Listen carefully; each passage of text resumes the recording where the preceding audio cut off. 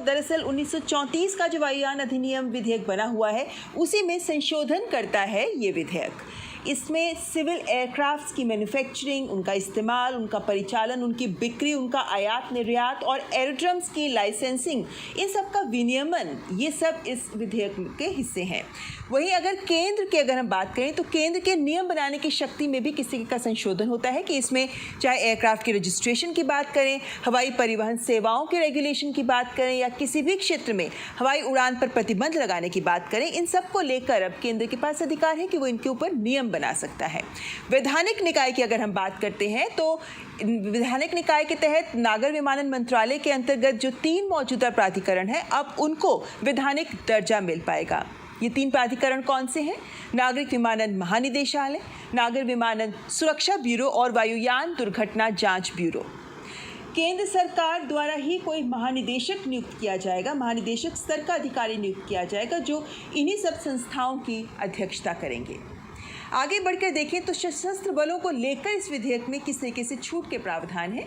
देश के सशस्त्र बलों से संबंधित विमान वायुयान कानून के दायरे से इन्हें बाहर रखा गया है। यही नहीं बल्कि इस छूट के दायरे को और व्यापक बनाया गया है, यानी नौसेना, सेना या वायुसेना के साथ साथ केंद्र के सभी सशस्त्र बल, उनके एयरक्राफ्ट इसमें शामिल हैं, यानी उन्हें इस विधेयक के प्रावधानों से छूट दी गई है। अपराध और सज़ा की अगर हम बात करते हैं तो अगर नियमों का उल्लंघन कोई करता है तो अधिकतम जुर्माना राशि जो पहले 10 लाख रुपए तक की थी, अब उसे बढ़ाकर 1 करोड़ रुपए तक कर दिया गया है, अधिकतम 1 करोड़ रुपए।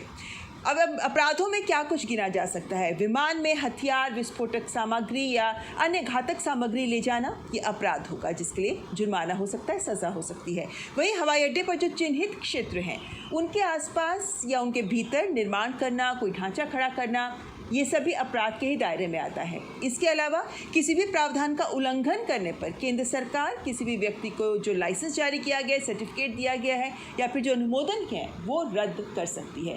तो इस तरीके से कुछ नए अधिकार हैं जो सरकार को दिए गए हैं और इन सब का लक्ष्य एक ही है कि नागर विमानन कार्यवाही को और मेंटेनेंस को, रेगुलेशंस को, सबको और बेहतर और कड़ा किया जाए। फिलहाल यहाँ रुकेंगे एक ब्रेक के लिए। आप देखते रहें